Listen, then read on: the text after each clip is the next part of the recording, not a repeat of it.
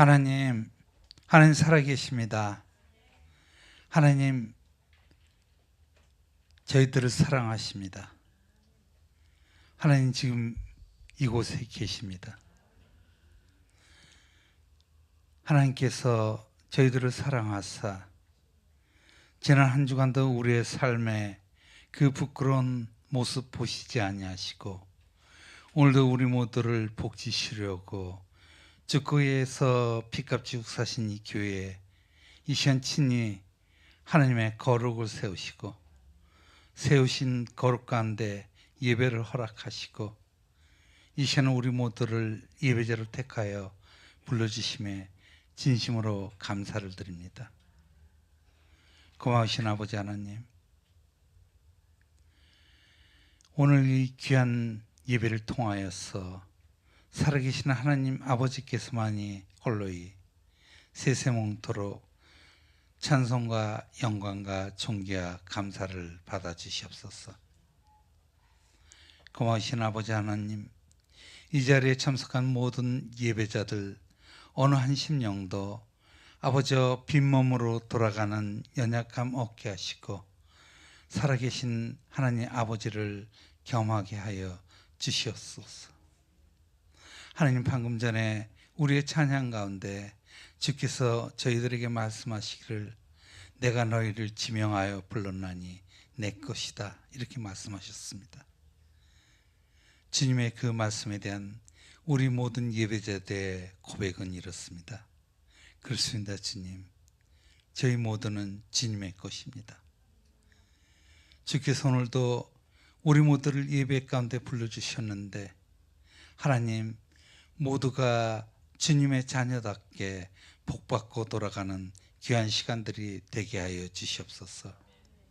하나님, 오늘 귀한 예배 가운데 하나님께서 귀히 사용하시는 손 사모님을 통하여서 귀한 간증을 저희들에게 허락하여 주심에 감사를 드립니다.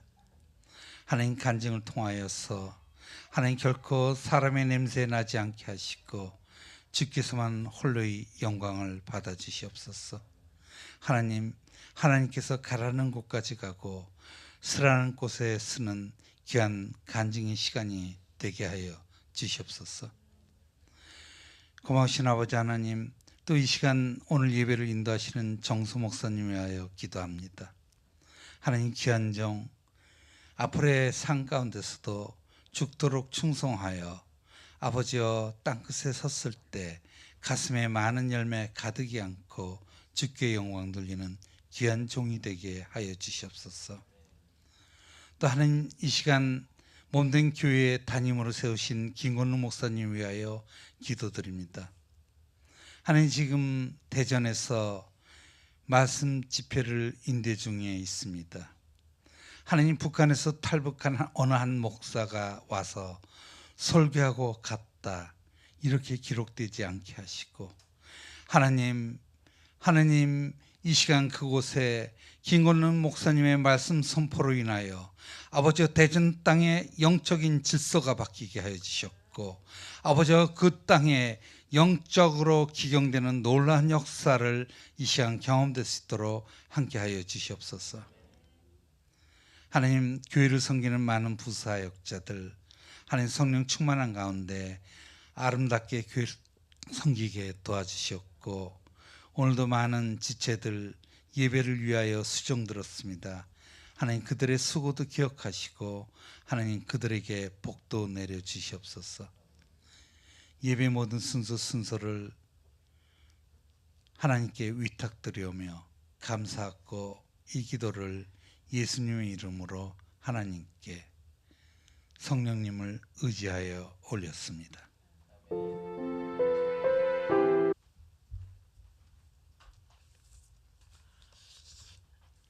잠깐 기도드릴까요? 아버지, 저같이 부족한 자 주님의 피로 값주신 인천 한나라 은혜교회에 와서 간증을 드리게 됨을 감사합니다. 나는 여기 모인 성도들이 누군지 모릅니다. 그러나 주님은 너무 잘 아십니다. 한 분도 남기지 말고 이 시간 주님을 만나고 가까이 만나고 주님을 영접하고 마음을 찢고 주님께 통회하는 시간이 되게 도와주옵시고, 시작하는 시간부터 끝나는 시간까지 성령님 악한 마귀 틈타지 않도록 다 마음문을 열고 주님을, 천국이 확실히 있음을 알고 우리가 신앙생활을 할 수 있도록 도와주옵소서. 예수 이름으로 기도드렸습니다. 여러분 너무 반갑습니다. 너무 제가 기대가 됐었어요. 왜냐하면 저는 뭐 굉장히 많은 교회를 다 아시다시피 갔습니다. 근데 가는 데마다 은혜가 틀려요, 사실은. 근데 이유는 모르겠는데 여기 오기 전부터는 천국은 확실히 있다라는 제목을 주셨어요. 다른 데는 이제 그런 제목으로 제가 간증을 하지 않거든요. 근데 이유는 저는 잘 모르겠습니다. 그리고 특송도 뭐 다른 제목을 많이 했어요. 뭐 하나님의 은혜 이런 거. 오늘은 뭐 하늘 가는 밝은 길이 갑자기 그게 하고 싶어졌어요. 근데 모르겠어요. 여러분들은 믿음이 좋아서 다 천국의 확신이 있을 줄 믿습니다. 사선을 넘어서 우리가 이곳에 왔습니다. 하나님을 만났습니다. 근데 죽음 후에는 확실하게 천국은 있습니다. 여러분 아십니까? 확실하게.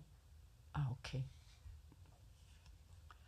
제가 간증이 너무 길어서 제가 많이 줄였습니다. 굉장히 며칠을 하고 그렇게 합니다. 너무 많은 사연이 있어가지고. 근데 11시 예배라 이렇게 좀 제한이 돼 있기 때문에 조금 제가 좀 두서가 없더라도 이해해 주시길 바랍니다.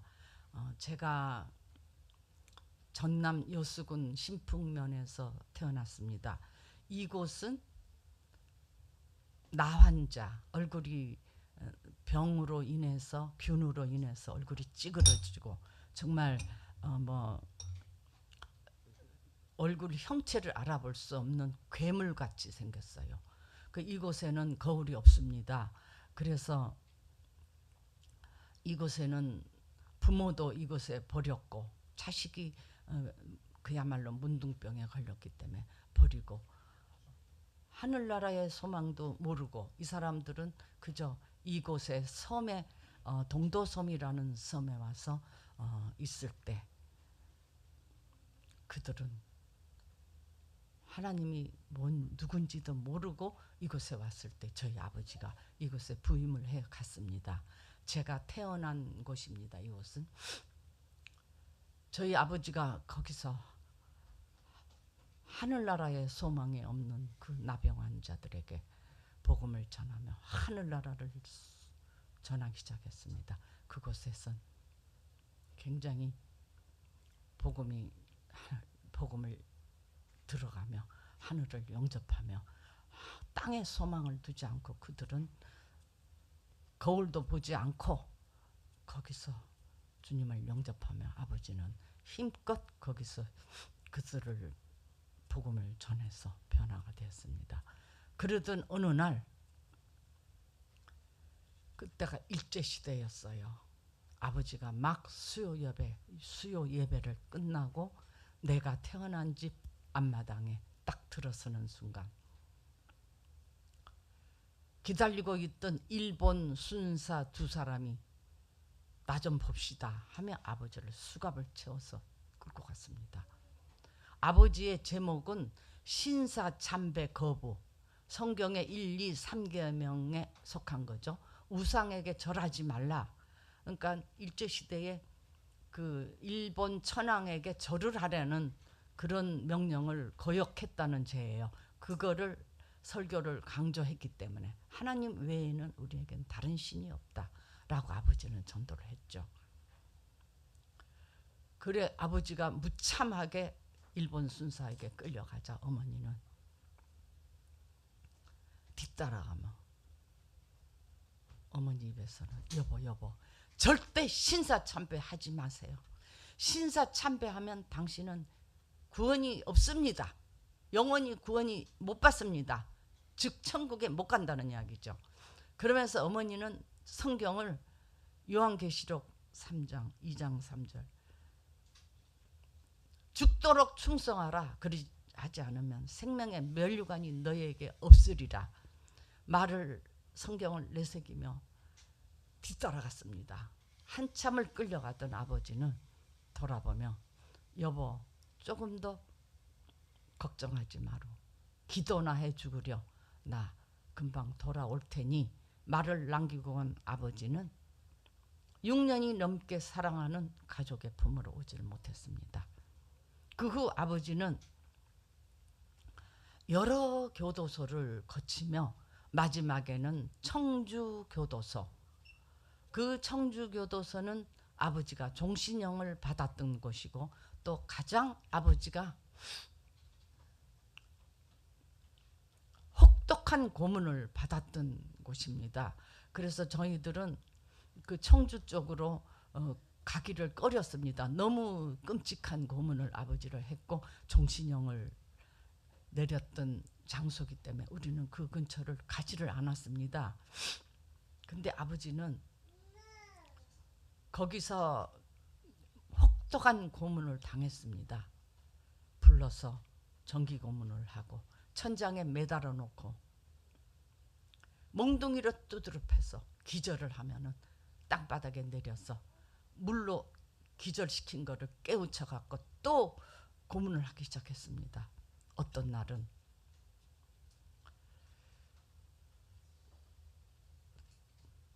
못 같은 거 딱딱한 게 있는 데를 걸으라고 그래요. 그래서 아버지가 그런 데를 걸으면은 밑에서 발밑에서 피가 쏟아지고 해서 또 기절을 하면은 또 깨워가지고 했어요.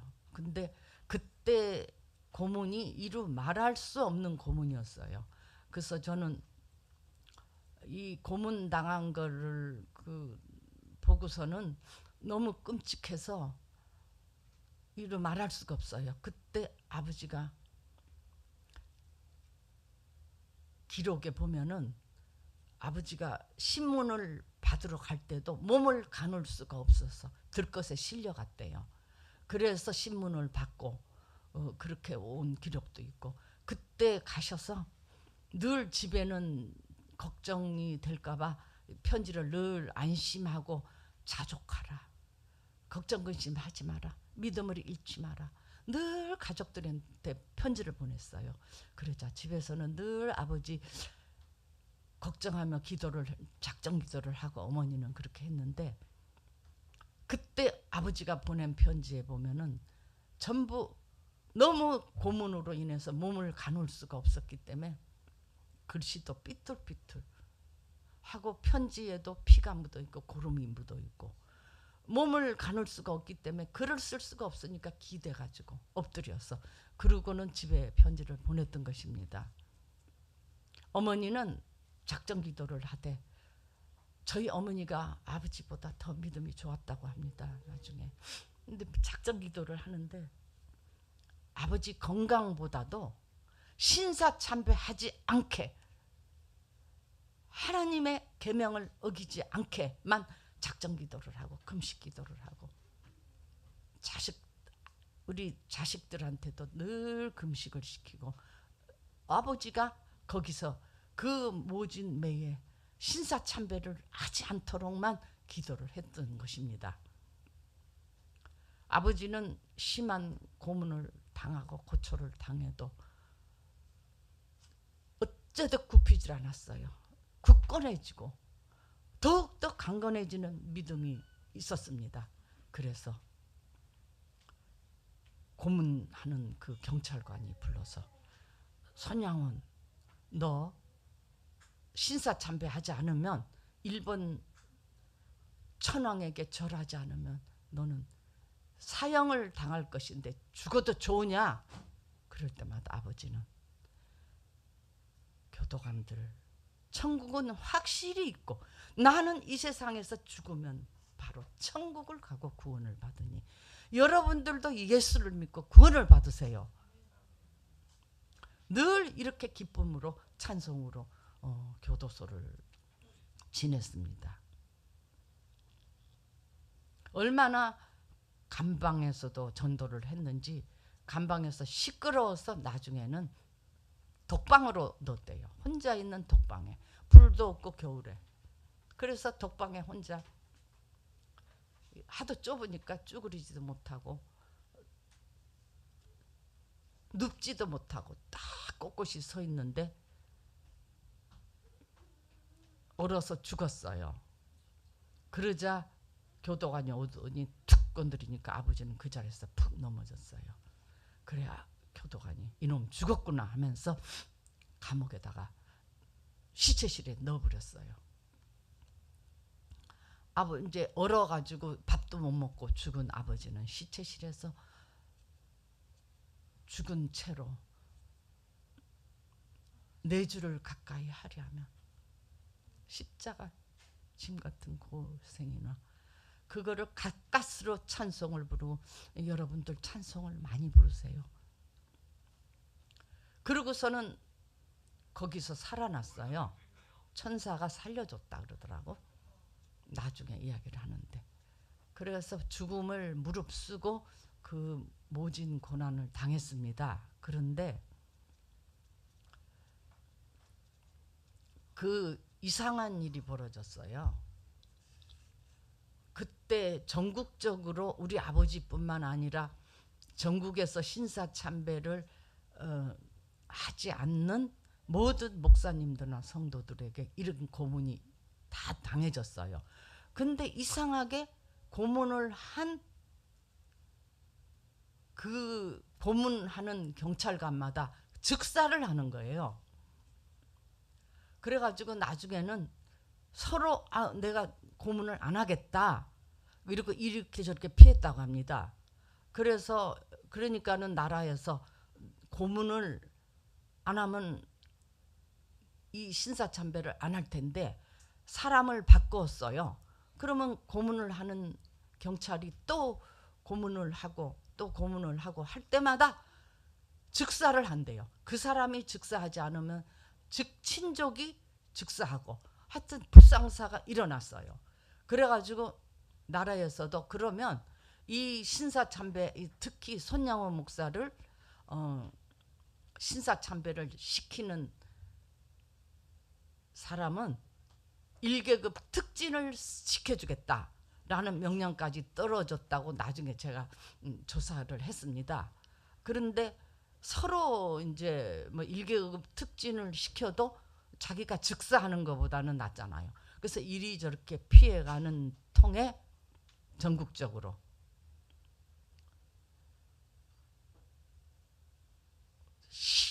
(1945년 8월 18일) 전국에 있는 신사참배 거부한 모든 자들을 총살시켜라. 그리고 명령이 떨어졌어요. 그래서 아버지는 그때 총살을 당하게 됐습니다. 그러는 차에 우리 집에는 또 하나의 변이 일어났습니다. 우리 두 오빠가 우리 군대에 나오라는 징집 영장이 나왔어요. 군대에 가면 영락없이 신사참배를 하지 않습니까? 그러면 또 난립니다. 아버지는 감옥에서 신사참배 거부로 하나님의 명령을 거부했다는 이유로 감옥에서 고생을 하는데, 그렇게 되면 우리 집은 또 신사참배를 해야 되기 때문에 어머니와 두 오빠는 형사를 피해서 도망을 갔습니다. 저 어디 기도원, 산에 있는 기도원에 들어가서 큰오빠와 어머니는 기도원에 나를 데리고, 애기니까 태어나기 전이구나, 데리고 가서 기도를 하고, 또 작은 오빠는 남의 어떤 섬에 가서 풀을 다 뜯어 먹었대요. 배가 고파서. 그러면서 얼마나 기도를 했는지 산이 쩡쩡 울렸다고 기록이 되어 있습니다. 그래서 오빠와 큰오빠와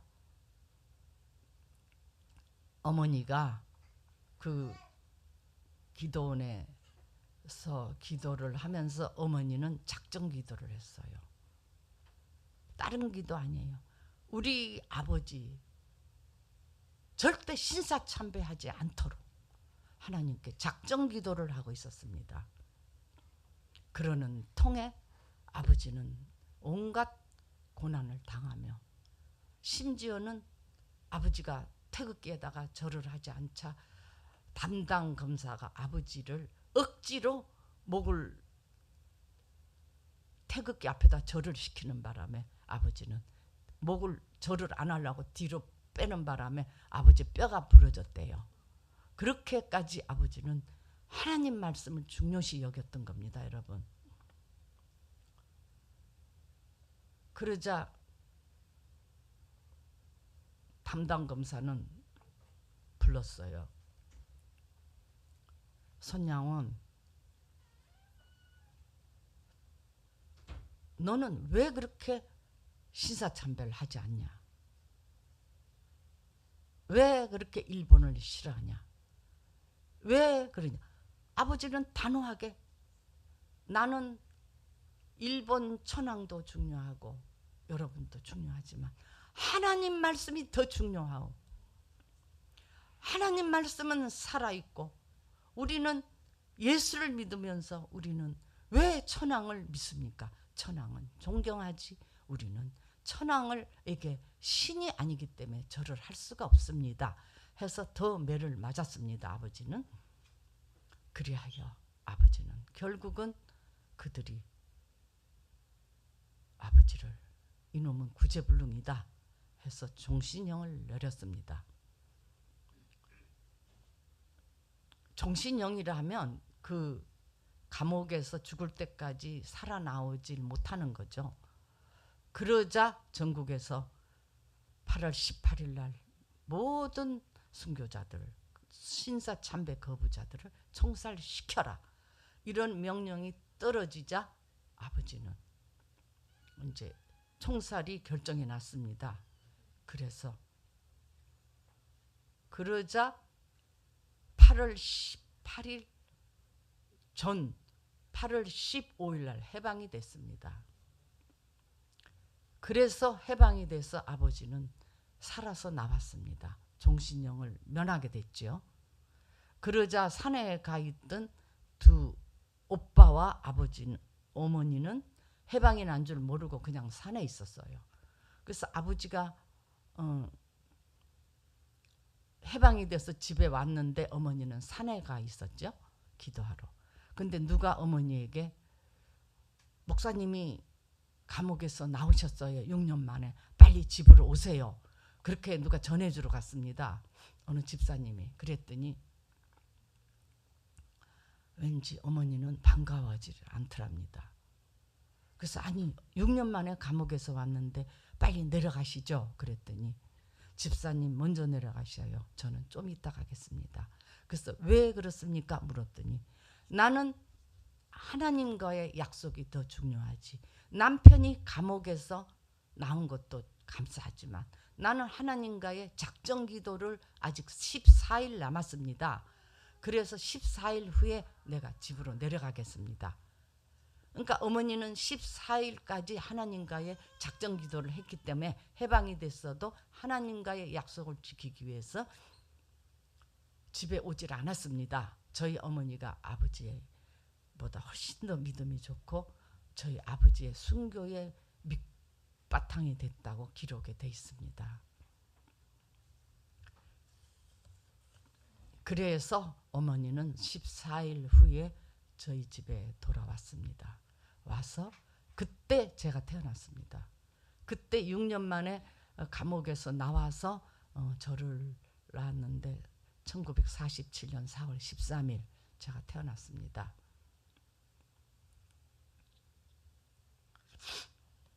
아버지는 감옥에서 고생하시다가 가장 기쁠 때 저를 낳기 때문에 얼마나 저를 이뻤겠습니까? 아, 우리 막내딸, 우리 출옥 김염 하고 저를 동네방네 돌아다니며 목에다가 태우고 밤에는 꼭 나를 껴안고 주무셨어요. 그리고 동네마다 다니면서 우리 딸 이쁘죠, 우리 딸 이쁘죠, 얼마나 이뻐요 하면서 온 동네를 자랑하고 다녔습니다. 저는 아버지의 사랑을 마음껏 받으며 온 가족의 뭐 교회의 모든 그 사랑의 꽃이었습니다. 그래서 저는 마음껏 아버지의 사랑을 받으며 유세를 떨면서 제가 자라났습니다. 그러던 어느 날 뜻밖의 일이 터졌습니다.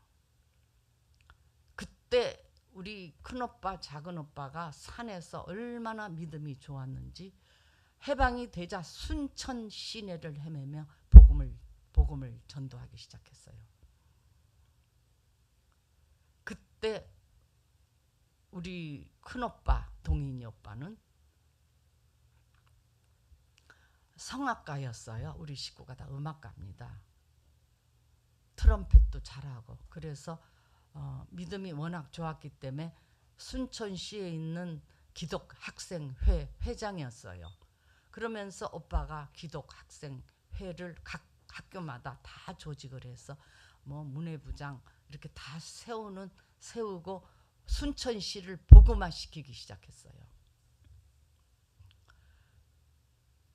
그러자 여수 순천 반란 사건이 터졌습니다. 그때 오빠는 성악가였기 때문에 미국 유학을 앞두고 있었어요. 성악으로 미국 유학을 가서 이제 노래를 너무 잘했기 때문에 그 순천에 있는 보성 교회의 목사님 딸하고 약혼을 해서 미국을 들어가려고 준비하고 있었어요. 미국을 가면은 혼자보다 아무래도 내조자가 필요하니까. 그래서 준비를 하고 있던 차에 여수 순천 반란 사건이 터졌어요. 여수 순천 반란 사건은 좌파들이 가장 예수 믿는 사람을 싫어했어요. 그래서 오빠하고 한 학교에 있던 가장 친한 친구가 좌파 앞잡이가 돼서 손동인을 죽여라. 손동인만 죽이면 이 땅에 복음이 없어진다. 이자를 죽여서 총살시키자 하고 명령이 떨어졌어요. 그러면서 어느 날 순천에 있는 기독 학생회 7학생의 학생들에게 그 회장들에게 전부 릴레이 연락이 왔어요. 내일 오후 저녁 때 동인이가 총살을 당한다. 순천 경찰서 앞에서. 그러니까 순천 경찰서로 모여라. 그리고 릴레이 연락이 왔답니다. 그리고 그 다음날 순천 경찰서 앞에서 모이기 전에 오빠는 하숙집에 오늘은 내가 시국이 어지러워서 집에 들어가야 되겠다. 그리고 하숙집에 들어왔어요. 그러자 하숙집 주인이 학생 피해요. 나라가 어지러워서 어디 도망가는 게 낫습니다. 그렇게 이야기했어요. 그랬더니 내가 나가서 죽으나 집에서 죽으나 집에 있어도 하나님과 또 나가도 하나님과인데 내가 뭐하러 죽음을 피해서 도망을 갑니까? 집에 있겠습니다. 하자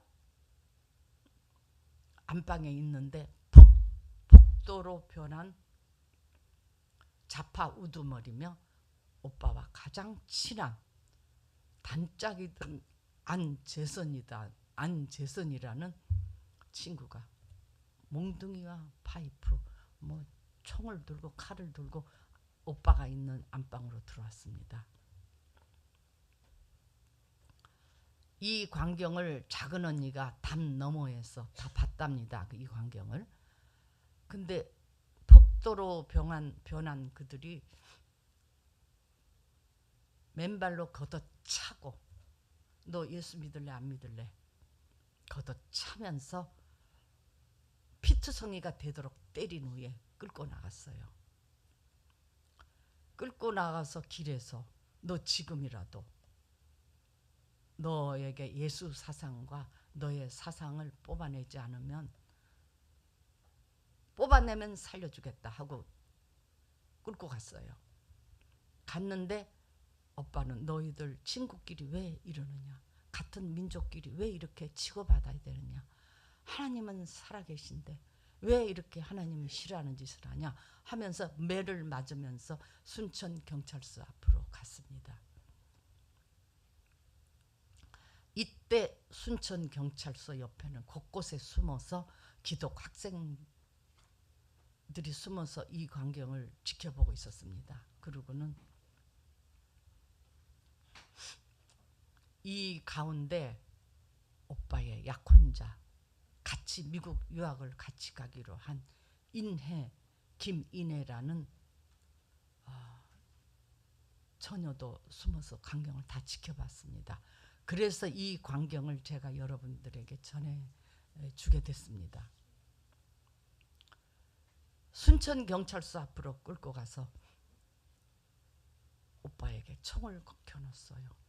동인아, 지금이라도 늦지 않으니 너에게 예수 믿지 않겠다, 예수 사상을 뽑아내겠다 하면은 살려줄 테니 지금이라도 너 항복해라 그랬어요. 그랬더니 오빠가 내 목숨은 끊을지언정 나에게 있는 예수 사상은 뽑아낼 수가 없으니 죽여라. 나는 죽어도 내게 있는 이 신앙은 버릴 수가 없다. 그러자 아, 이놈이 미쳤네 그러면서 총을 겨뤘어요. 그러자 옆에서 끌려갔던 작은 오빠, 동신이 오빠가 형님은 아무 죄가 없으니 나는 형님보다 믿음이 더하니 나를 대신 죽여주세요. 그러고 뛰어들었습니다. 그랬더니 그놈들이 아, 동생은 더 지독하네, 저놈은 더 예수쟁이네 하면서 그러면 마지막 소원이 뭐냐 하자 오빠가 나에게 마지막 찬송을 하나 부르게 해다오. 그랬더니 그러라 그랬어요. 그런 찬송이 오늘 특송으로 한 하늘 가는 밝은 길입니다, 여러분. 그래서 오빠가 성악가였기 때문에 오빠의 하늘 가는 밝은 길이 내 앞에 있으니 슬픈 일을 많이 보고 가는도다 하는 청아한 목소리도 너무 좋았답니다. 그 찬송을 2절까지 부르고 3절은 곳곳에 숨어있던 기독 학생 분들이 다 따라서 3절은 불렀대요. 그러자 총소리가 땅땅 땅 하며 동생 그 작은 오빠까지 총을 쏴서 작은 오빠가 먼저 쓰러지고 큰 오빠는 그 자리에 아버지여 저 영혼을 용서하소서 이 말을 남기고 나는 천국에 간다 하며 그 자리에서 숨졌습니다. 그런데 이 광경을 지켜보던 약혼자였던 김인혜 언니, 이 김인혜 언니가 모든 광경을 목격을 했기 때문에 아무도 그 당시는 살아있는 증인이 없었어요. 그래서 저에게 들려준 이야기입니다. 이분은 그 이후에 우리 두 오빠의 시신을 장대다리라고 하는 그 순천경찰서 앞에 있는 그 장대다리라고 하는 데다가 완전히 물에다가 두 시체가 껴안고 있는 걸 던져버렸어요. 그래서 이 시체를 나중에 친구들이 꺼내서 매산등이라고 하는 또 그 위에 걷다가 옮겼습니다. 이제 이거를 다 목격한 그 인혜 언니는 집에 와가지고 완전히 실신하고 울었지요. 하나님 믿음이 굉장히 좋아요. 하나님 어떻게 이렇게 젊은 나이에 데려갔습니까? 나는 어찌 살아야 합니까? 하고 가나 오나 그 인혜 언니는 그 장대 다리, 오빠를 버린 그 장대 다리를 근처에 갈 수도 없고, 또 오늘 우리 특송으로 한 하늘 가는 밝은 길이, 이 찬송을 들을 수도 없었대요.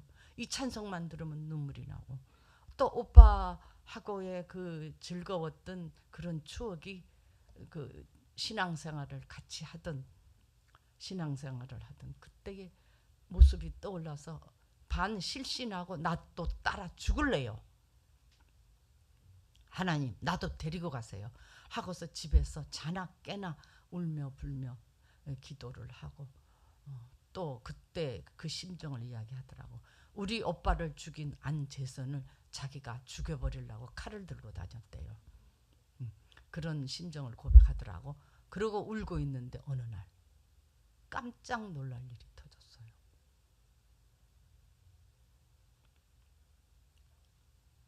눈을 떠보니 주위가 환하더래요. 그래서 놀라서 이렇게 두리번하는데 너무 보석과 금은 보화로 가득 쌓여있는 그곳을 이 언니는 보고 깜짝 놀랐어요. 여기가 어딘가 하고선 두리번거리는데 그 광경은 이루 말할 수가 없이 이 세상과는 다른 그러한 너무너무 황홀한 그러한 곳이었어요. 그래서 제가 오늘 천국은 확실히 있다라는 제목을 그래서 갖다 붙이게 됐습니다. 하나님이 주신 거죠, 여러분. 그래서 너무 그 거기가 황홀해서 이렇게 두리번 해보니까 너무너무 정말 황홀하다 못해 아름다운 찬송이 흘러나오더랍니다. 그래서 자기도 모르게 그 찬송이 있는 곳으로 성금성금 갔더니 깜짝 놀랐대. 거기서 우리 큰오빠 동신이 오빠가 붉은 옷을 입고 성가대 지휘를 하고 있는데 그 성가대가 너무 아름다워서 자기도 몰라서 이제 박수를 쳤는데 성가대 지휘를 하던 오빠가 이렇게 돌아보는데 바로 약혼을 해서 미국을 유학을 같이 가기로 한 오빠였어요.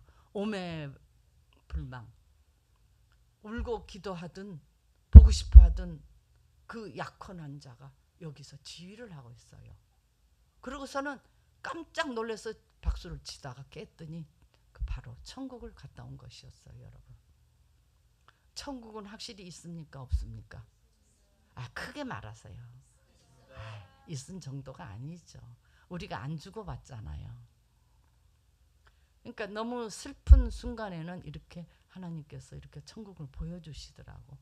그래서 그때부터 이 언니는 기쁨으로 살아요. 너무 기쁨으로.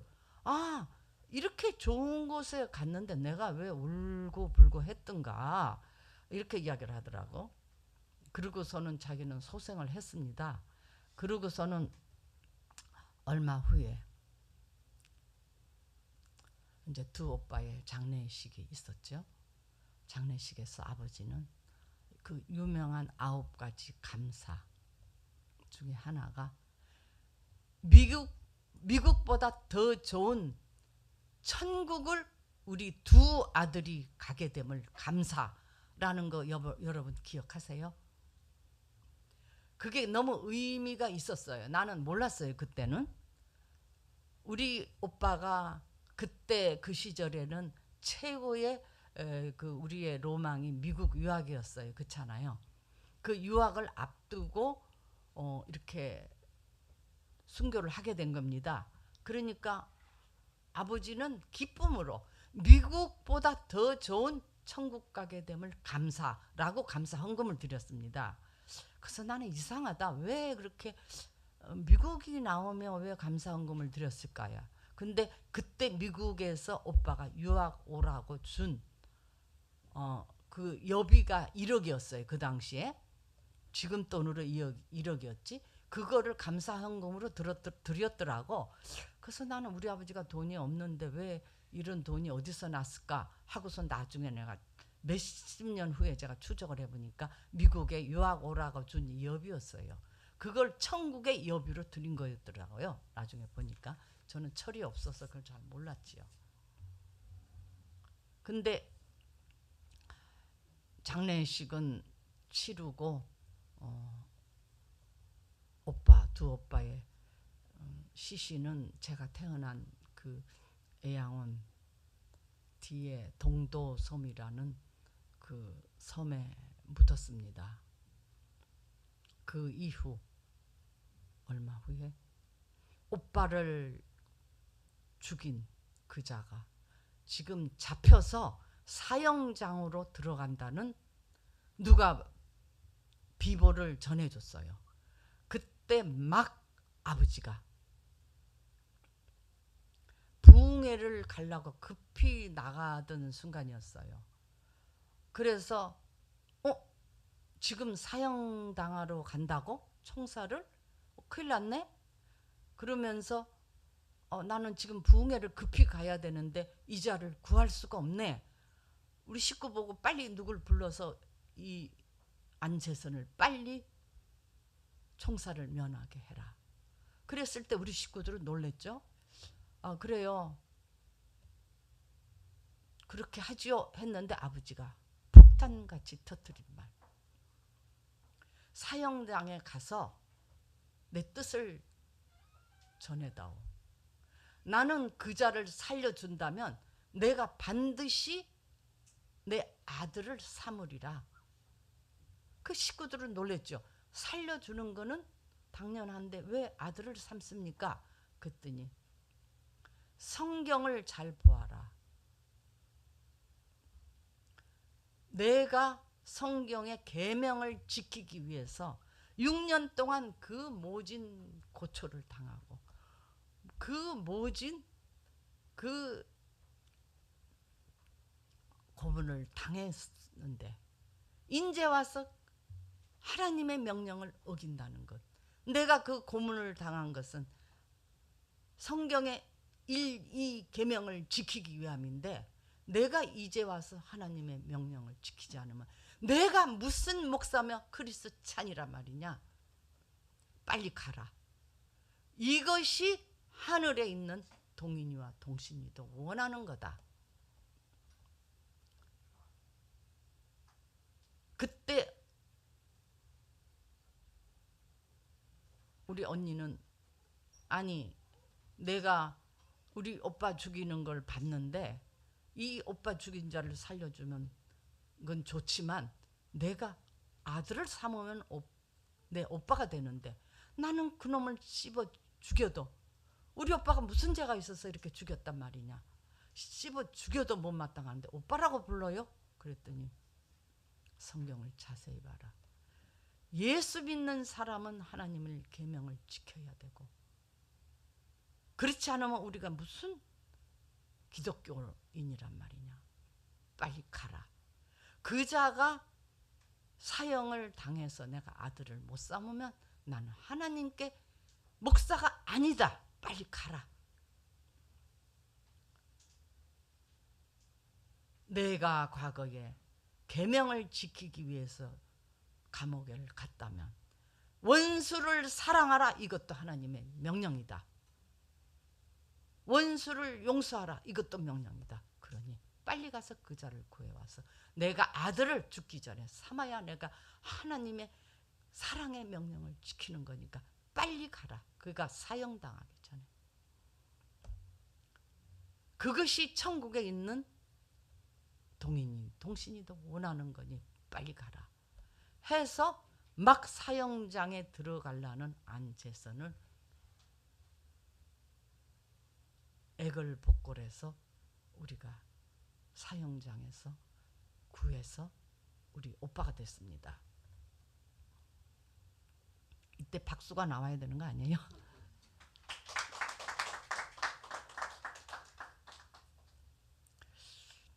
제가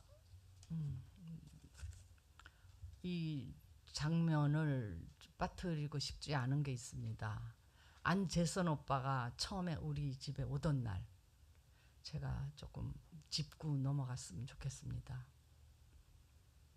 처음에 우리 집에 올 때 저희 어머니 심정이 어떻겠어요? 기도하고 또 기도하고, 내가 안재선이 오면은 우리 아들 대신 아들을 삼아서 내가 얘를 용서하고 내가 우리 집에 데리고 살마 하면서 늘 기도하고 울면서 이것이 우리 동신이도 원할 거다 하고 늘 기도를 했기 때문에 어머니는 막상 온다니까 하나님, 내가 마음이 변하면 어떡해요? 혹시 또 막상 보면은 이놈아 왜 우리 아들을 죽였냐 하고 미워하면 어떡합니까? 하나님과의 약속이 중요한데 하고 얼마나 기도를 했겠어요. 근데 우리 집에 또 하나의 문제가 있어요. 조금 있으면 그 안재선 오빠가 집에 들어올 텐데 두 언니는 그 오빠의 죽음을 목격을 했고 가장 가슴에 충격을 받았기 때문에 이 오빠가 오는데 또 그 안재선 오빠의 마음을 상하게 하면 어떡하냐 하고 하나님 기도를 하면서 야들아 재선이 오빠가 온대. 오면은 오빠 잘 왔습니까 하면서 절하래. 안 그러면 그 오빠가 섭섭해한다. 이러니까 두 언니는 어린데 뭐 6살 뭐 8살 이럴 때인데 싫어 우리 오빠를 몽둥이로 때려서 피를 흘리는 걸 내가 봤는데 어떻게 그 자를 내가 오빠라고 불러요? 싫어요. 나는 오빠라고 안 부를래요. 이놈아 우리 오빠를 왜 죽였냐 그럴래요. 그러니 우리 엄마는 난리가 난 거예요. 혹시 그 오빠가 와서 마음을 상하면 어떡하나 해가지고 두 딸을 달랬대요. 우리 언니의 고백이에요. 그때 엄마가 야 너 뭐 사줄까 너 좋아하는 거 다 사줄게 하면서 달랬대요. 이제 그러고서는 이제 좀 있다가 그 오빠가 온 거예요. 그 전에 아버지가 이제 돈을 주면서 난 부흥회 가니까 재선이가 오면은 맛있는 걸 사서 먹여라 하고 이제 떠났는데 엄마는 그 돈으로 대국국, 그때는 제일 인기였어요. 그 맛있게 끓여서 이제 점심을 준비하고서는 있자 그 안재선이가 왔어요. 안재선 오빠가 와서 이제 어머니가 밥을 맛있게 대접을 했는데 그때 우리 다락에 누가 숨어서 이 광경을 다 봤어요. 그리고 나한테 이야기를 해줬어요. 나중에 자기가 이걸 빼꼼히 열고 봤답니다. 그래서 이제 우리 엄마가 어떻게 했는가가 제 책에 적게 된 건데 어머니가 상을 차려놓고 고깃국을 끓여서 먹이면서 재선아 또 아래 니는 누가 뭐라 그래도 우리 아들이 돼. 허들갑을 떨면서 막 밥을 먹이고 밥을 떠먹여주고 안절부절 못하는 재선이에게 흰밥을 먹이면서 대국국을 먹여주면서 건강해야 된대. 그리고 예수 잘 믿어야 된대. 그리고 늘 우리 집에 와라. 누가 뭐라 그래도 너는 우리 아들이 돼. 그리고서는 그렇게 따뜻하게 하고 보냈어요. 왔는데 이제 점심때가 됐는데 어머니는 심정이 어떻겠어요? 보내고 난 뒤에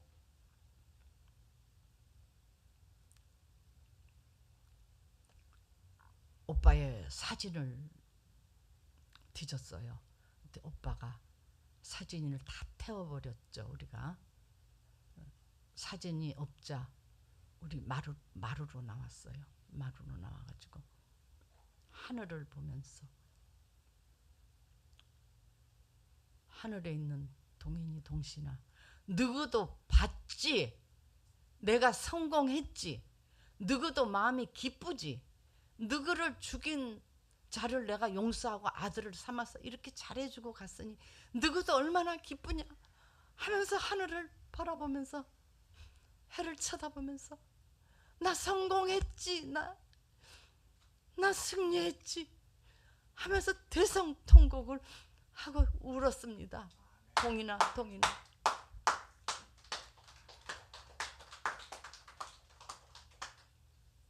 이제 박수가 나오네요. 이 광경을 그 다락에 숨어서 다 봤답니다. 그분이. 그리고 그분이 이제 나에게 전해준 거고, 그러고 난 뒤에 이제 세월이 지났습니다. 세월이 지나고 6.25 사변이 터졌어요. 6.25 사변이 터졌는데 6.25 사변이 터지자 아버지는 애양원 교회 성도들을 모아놓고 우리가 잘 살자 하지 말고 잘 죽자 하는 제목으로 6.25가 터졌으니 우리가 순교 각오를 하자 하며 순교 정신을 깨우치기 위해서 일주일 부흥회를 했습니다. 그때는 사경회라 그랬죠.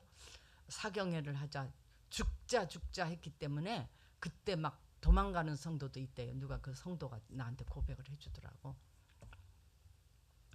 죽자. 그런 이제 아버지는 죽도록 충성하라. 환난과 핍박 중에도 그거를 막 찬송을 하면서 성도들에게 그 죽음을 그 각오한 순교를 각오한 설교를 하며 있는 차에 그때는 인민군이죠. 6년 전에는 누구죠? 일본군이었죠. 지금은 공산당이 와서 아버지를 무참히 총으로 공갈 협박을 하며 체포해 갔습니다.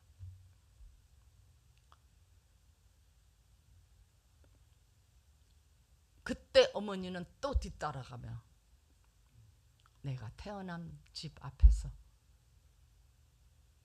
안타깝게 발을 구르며 아버지가 무참히 끌려가는 트럭에 태워서 갔어요. 이번에는 모습을 바라보며 기도만 할 뿐이었어요. 아버지는 이번에는 여수 경찰서로 끌려갔어요. 근데 아버지는 여수 경찰서에서 두 사람을 만났어요. 한 사람은 돌아가신 작은 오빠 친구 김성수, 이름이 두 개, 김창수도 이제 가명이 김성수인지 그렇게 됐고, 그 다음에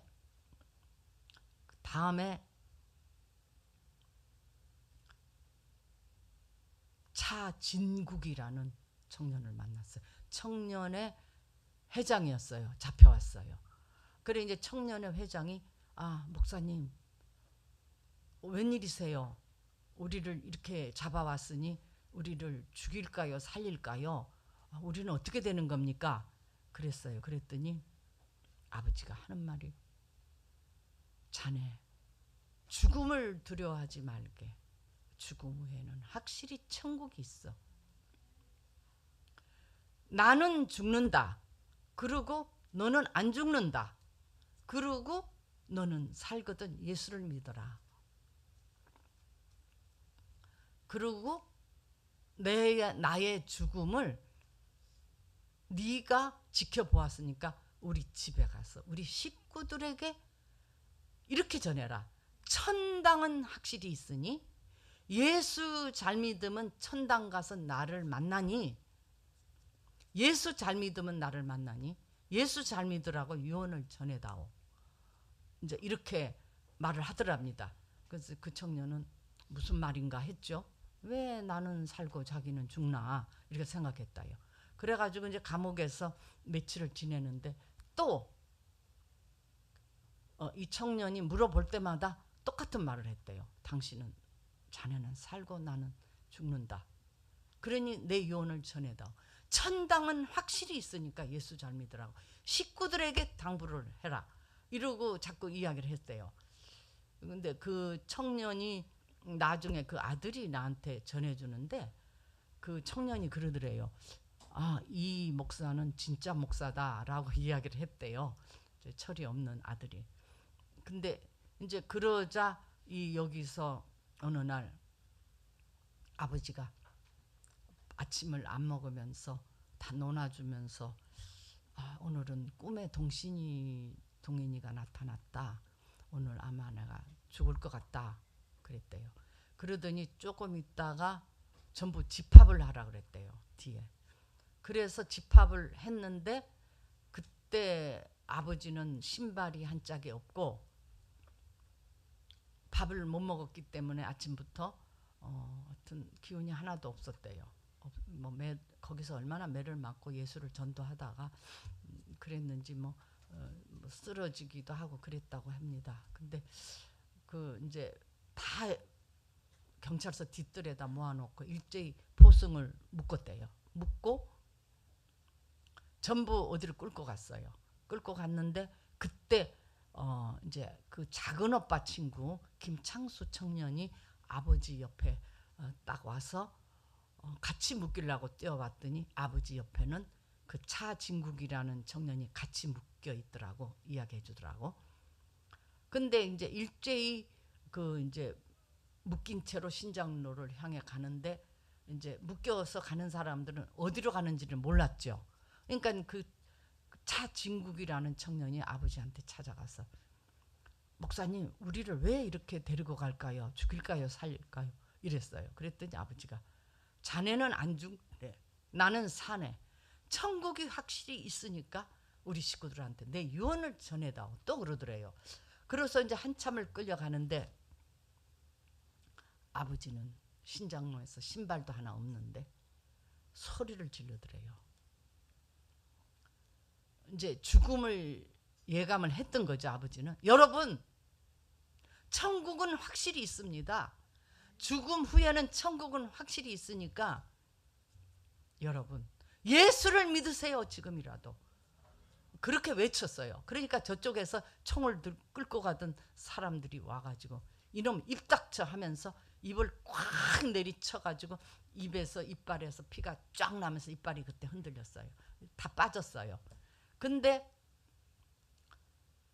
아버지는 그래도 피를 철철 흘리면서 여러분, 천국이 확실히 있습니다. 죽음 후에는 확실히 있습니다. 지금이라도 예수를 영접하세요.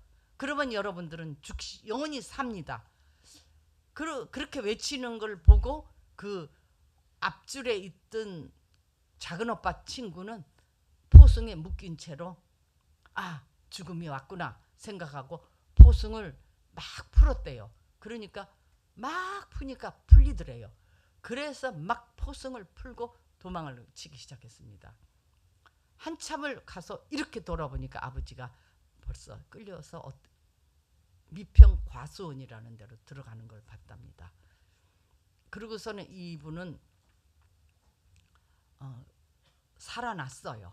도망간 사람은 살아났는데 이제 아버지는 보니까 미평 과수원이라 하는 데로 그 차진국 청년하고 묶여서 들어갔죠.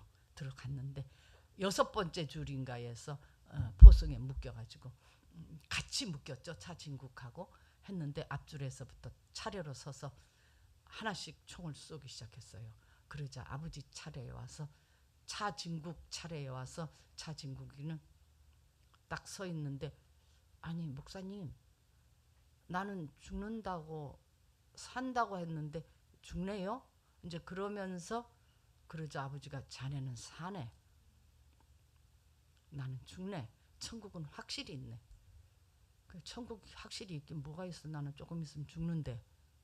그러고서는 있는데 이제 차진국 차례에 와서 총을 겨누고 네 소원이 뭐냐? 이러면서 총을 쐈어요. 근데 웬일인지 차진국에게 총알이 날라왔는데 쓰러졌어요. 맞고. 근데 나중에 보니까 귀 밑으로 스치고 지나갔답니다. 그리고 귀는 조금 뭐 피가 묻어 있더라고. 그리고 나중에 그러더라고. 그래서 그 자리에 탁 쓰러졌는데 그 다음에 이제 아버지한테 총을 겨누고 네 소원이 뭐냐? 그러자 아버지가 그때 뭐 시계인지 뭐 지갑인지 뭔지 모르지만 뭘 주면서 예수를 믿으세요. 천국은 확실히 있습니다. 그러니까 그 사람이 이놈이 조금 있으면 죽을 놈이 무슨 잔말이 많아 하면서 쏘자 아버지는 주님 저들의 영혼을 용서하소서까지 하고 그 자리에 쓰러졌어요.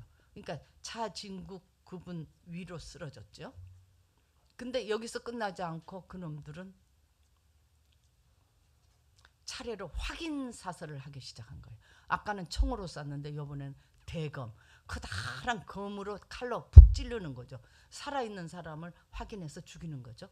그래서 앞줄서부터 하나씩 다 확인을 해서 찌르는데 살아있는 사람은 윽 하면서 다시 죽고 막 그 자리에서 피가 쏟아지고 해서 다시 차진국 차례에 왔답니다. 그래서 차진국은 나는 산다고 했는데 요번에는 진짜 죽네. 그러고 딱 기다리는데 칼이 탁 들어왔어요. 들어왔는데 요번에는 겨드랑 밑으로 칼이 피해갔어요. 그래서 이 사람은 자기는 죽은 줄 알았대요. 칼이 들어왔기 때문에. 그래서 죽은 줄 알고 이게 천국인가 지옥인가 하고 있는데 우리 아버지는 확인 사살을 하니까 피가 낭자하게 쏟아지면 자기 옆으로 왔답니다. 그래서 이 청년은 두리번 이제 어두워지기를 바래가지고 다들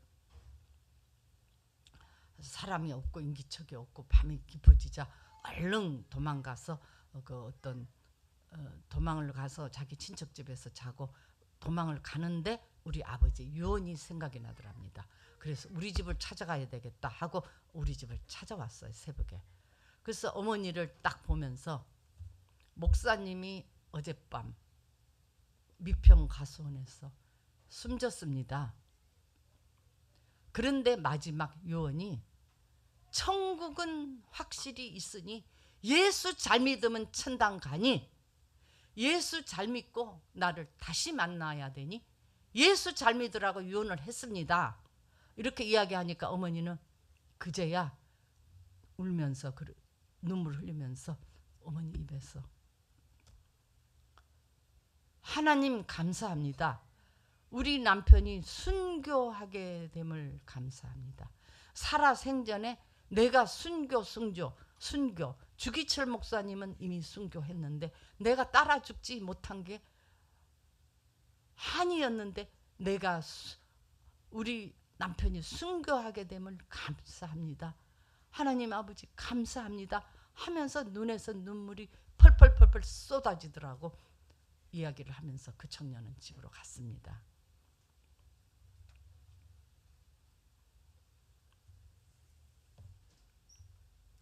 그 이후 1950년 9월 28일 내 나이 4살 때 우리 집 앞마당에 내가 죽을 때까지 잊을 수 없는 아버지의 시신이 들어왔습니다.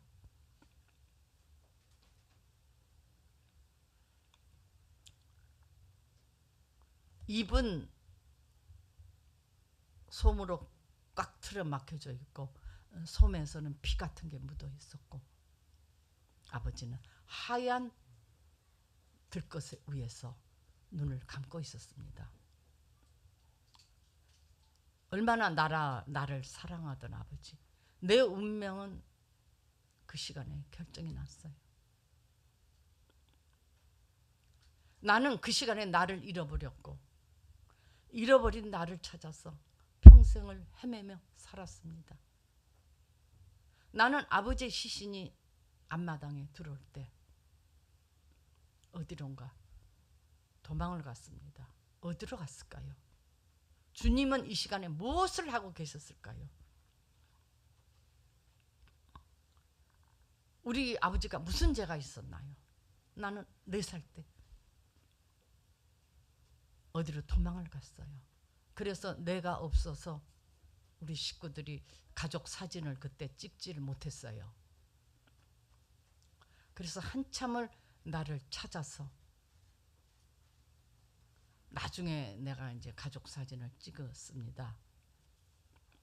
그때 가족 사진을 보면 내가 굉장히 그 침울한 얼굴이에요. 여기는 안 나오네.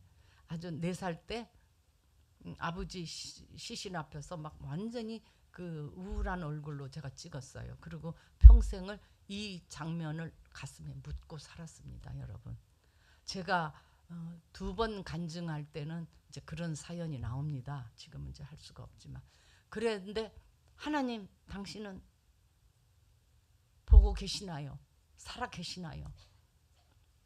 어디에 계시나요? 이 시간에. 그래서 나는 그때부터 나를 잃어버리고 살았습니다. 어머니는 아버지는 눈을 뜨고 가셨어요. 그래서 어머니는 아버지의 뜬 눈을 감겨드리며 나온 말이, 나는 사랑하는 당신 딸 동년이 그렇게 나를 이뻐했거든. 잊지 못해서 눈을 뜨고 갔습니까? 나는 그럴 줄 알았어요. 눈을 감고 가세요. 동년이를 잊어버리고 이럴 줄 알았어요. 근데 어머니는, 여보, 눈을 감고 편히 가서 당신이 오매불망 사랑하던 그 나환자들을 잊고 눈을 감고 편히 가서 하며 3번 눈을 감겨 드린 후에 아버지는 눈을 감았다고 합니다. 저는 모르겠습니다. 그러나 나는 나를 못 잊어서 아버지가 눈을 제대로 감지 못했나, 어린 마음에 그런 생각을 하고 갔어요. 아버지가 눈을 감지 못하고 가셨다는 건 우리 식구들은 다 알거든요.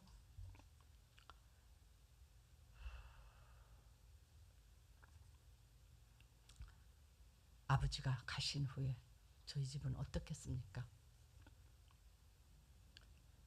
저희 어머니는 아버지가 순교당했던 그 근처를 갈 수도 없고, 거기 갈 일이 있으면 둘러 먼 데로 해서 볼 일을 보고 왔다고 합니다. 저희 식구들 마찬가지죠. 그리고 어머니는 2 오빠가 총살당한 순천 경찰서 앞을 지나서 볼 일이 있으면 둘러 그 장소를 피해서 갔다 왔습니다. 어머니는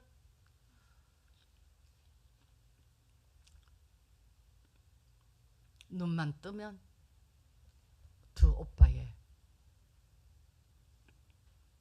무덤 앞에서 동이나 동시나 울면서 기도하고,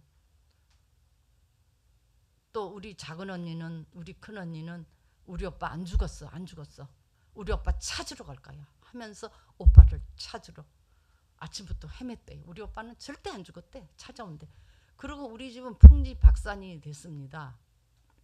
어느 날 오빠의 무덤 앞에 핀 조그만 어린 그 보리순 하나를 어머니가 발견하고 뽑으려다가 어린 나이에 간 오빠를 생각하며 동이나 동시나 하나님 하면서 그 풀을 뽑지 못하고,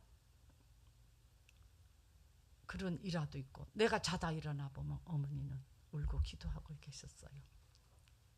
그리고 어린 시절에 보면 우리 식구들은 전부 서로 말을 안 했어요. 말을 안 하고 얼굴만 쳐다보더라고. 나는 그때 한 5살이나 뭐 이렇게 됐는데, 그리고 한 번은 우리 집에 식구가 다 안방에 모여 있는데 굉장히 슬픈 가락의 그 음악이 나왔어요. 저는 지금도 그 음악을 잘 못 듣습니다. 제가 그때 우리 가족이 아무 말도 안 하고 그 음악을 듣고 대성통곡을 해버렸어요. 그리고 문 밖에서 가락잎 소리나 나뭇잎 소리나 빗소리가 나도 혹시 우리가 꿈을 꾼 게 아닐까.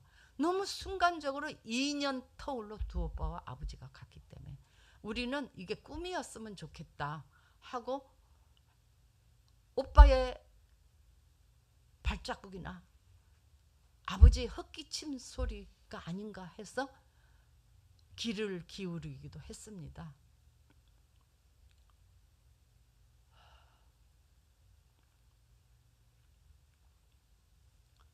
그런 모진 세월 속에서 우리는 아버지와 오빠가 유일하게 추억이 있는 이 애양원 해변가를 떠나야만 했습니다. 왜냐? 거기에 새로운 목사님이 오셨기 때문에 우리 아버지는 가시고 우리는 거기를 떠나야만 했습니다. 그래서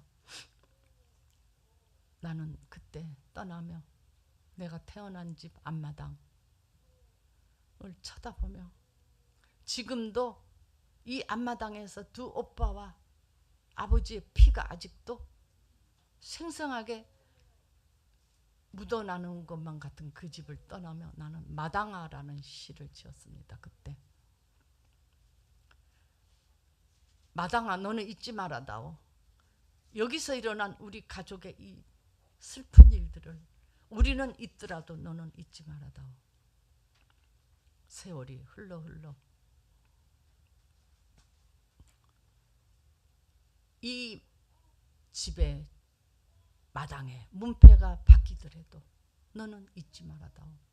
우리 아버지 이 문패를 보며 나를 등에다 태우고 나는 아버지 턱 밑에서 목사주 택택택 하고 재롱을 부리던 일을 너는 잊지 말아다오. 우리 아버지 신사참배 겁으로 무참하게 끌려가던 뒷모습을 우리는 잊더라도 마당아, 너는 잊지 말아다오.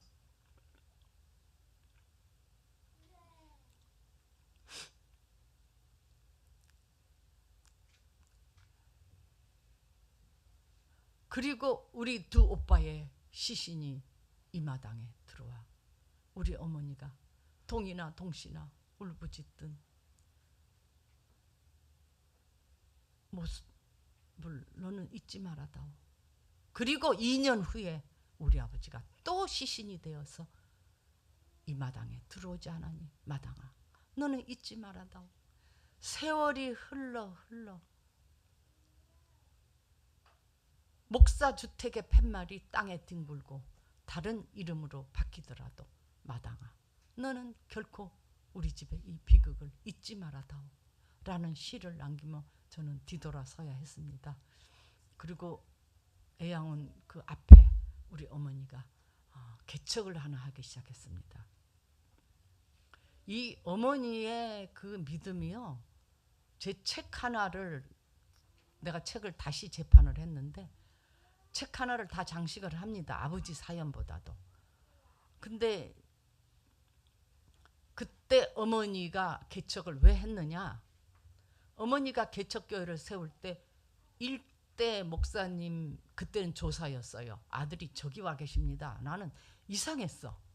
우연히 연락이 돼가지고 오늘 오셨어요. 근데 그때 이제 개척할 때의 그 어머니를 다 기억을 합니다. 그때 6살이었습니까? 어머니 개척할 때 몇 살이셨어? 기가 어두우신 5살. 근데 이제 그 어머니가 개척할 때에 딱 그 모토가 뭐냐 하면, 나는 내 남편 손양원 목사가 이 땅에서 이루지 못한 신사참배하지 않은, 거부하는 교회를 딱 하나만이라도 세우고 내가 죽으리라. 아버지가 이루지 못한 유언을 어머니가 받들라고 했던 거예요. 그래서 교회를 하나 세우기 시작했어요. 신사참배하지 않은 교회. 그때 어느 교회가 다 신사참배를 했습니다. 그래서 교회를 세우기 시작했습니다. 어머니가 나를 얻고 전부 그 모래를 짊어지고 돈이 없으니까 기어서, 그리고 교회를 세웠습니다. 애양원 앞에.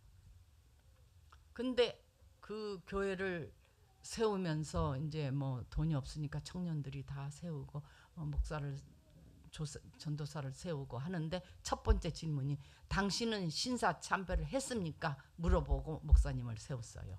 그래서 목사님들이 거의 신사참배 뭐 안 했다 그러고 오긴 했지만 신사참배를 한 사람도 빼고 안 한 사람이 없었답니다. 그래서 이제 거기서 교회를 짓기 시작했어요. 그러면서 어느 날 어머니가 집에서 새벽기도를 끝나고 있는데, 그날도 유난히 오빠 생각이 나서 동이나 동시나 여보 울면서 그날 뒹굴고 울었어요. 그랬더니 그날 아침 새벽기도니까 끝났는데, 그날따라 누가 마당에서 보니까 해가 뺑그르르 돌면서 우리 집 앞마당에서 뜨더래요. 딱 스톱을 하더래. 그래서 하도 이상하니까 동네 사람이 그날따라 너무 뺑 돌다가 우리 집 앞마당에 서니까 놀라서 나왔대요. 나왔는데 하늘을 보니까 하늘이 이상하더래요. 그래서 우리 어머니를 사모님 이거 한번 나와 보세요. 그래서 나와서 하늘을 딱 보는데 어머니 눈에 두 오빠의 얼굴이 살아생전에 입던 옷 그대로 입고 딱 어머니를 지켜보더래요. 그래 어머니가 울다 말고 눈에서 눈물이 나면서 아, 동인이 동신이가 저 천국에 있는데 내가 그렇게 땅에서 슬퍼하다니 뒹굴고 울다니 보고 싶다고. 여기 이 세상보다 더 좋은, 이 세상은 고난도 많고 고통도 많고 죄악도 많고 한 친구도 죽이고 도둑질도 하고 이 세상보다 훨씬 더 좋은 천국에 있으니 얼마나 이게 좋은 일인데 내가 왜 울었단 말이냐 하고서는 그때부터 어머니가 기운을 차려서 이 개척교회를 세운 겁니다. 그래서 우리 어머니가 그때부터 하루에도 몇 번씩 우리한테 이 아들아 천국은 확실히 있대. 천국은 확실히 있대. 너희는 모를 끼대. 천국은 확실히 있대. 예수 잘 믿으면 천국 가니까 예수 잘 못 믿으면 안 된다 해서 어릴 때부터 나는 귀에 못닥가리가 배기도록 어머니가 천국이 있다 소리를 들었습니다. 그래서 제가 천국이 있다라는 그런 제목을 갖다 붙이려고 했는데 더 다른 제목이 많이 있어갖고 오늘 여기서 비로 천국이 있음을 제가 제목을 갖다 붙였습니다. 직전부터. 그래가지고 어머니가 그때부터 개척교회를 세우기 시작한 겁니다. 그때부터 이제 기운을 차린 거죠. 아니 우리 다 이 세상보다 더 좋은 천국에 가 있는데 내가 무엇 때문에 이 땅에서 울고불고 하냐. 그리고 어머니는 그때부터 이제 개척교회를 하기 시작해서 오늘까지 이르렀는데 그때 개척교회 할 때 그 피눈물 나는 일화가 굉장히 많이 있어요.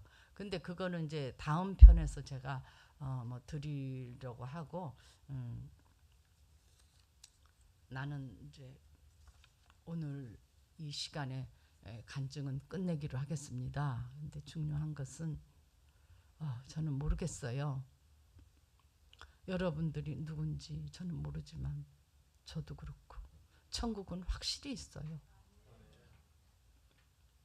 그리고 예수를 잘 믿어야 천국을 갑니다. 여러분 저는 왔다가 가지만 제가 남기고 싶은 이야기는 이상하게 어제부터 여기 간증을 앞두고 말도 못하게 시험이 오고 막 악한 것들이 그렇게 했는데 그렇게 눈물이 났어요. 나는 왜 이렇게 여기가 누군데 이렇게 주님이 얼마나 사랑하길래 내가 다른 데 간증보다도 이 간증을 앞두고 이렇게 눈물이 나는지 모르겠다.